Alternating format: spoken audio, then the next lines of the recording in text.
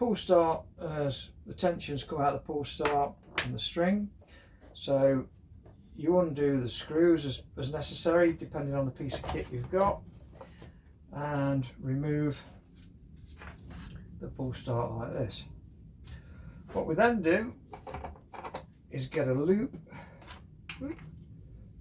like that, and 6 turns clockwise. 1, 2, 3, 4, 5, 6, and then trap it with my thumb. Now this cord is then going to be all twizzled up. Okay, and then let go of your thumb, let it wind itself back in again, and your pull start is then ready to be put back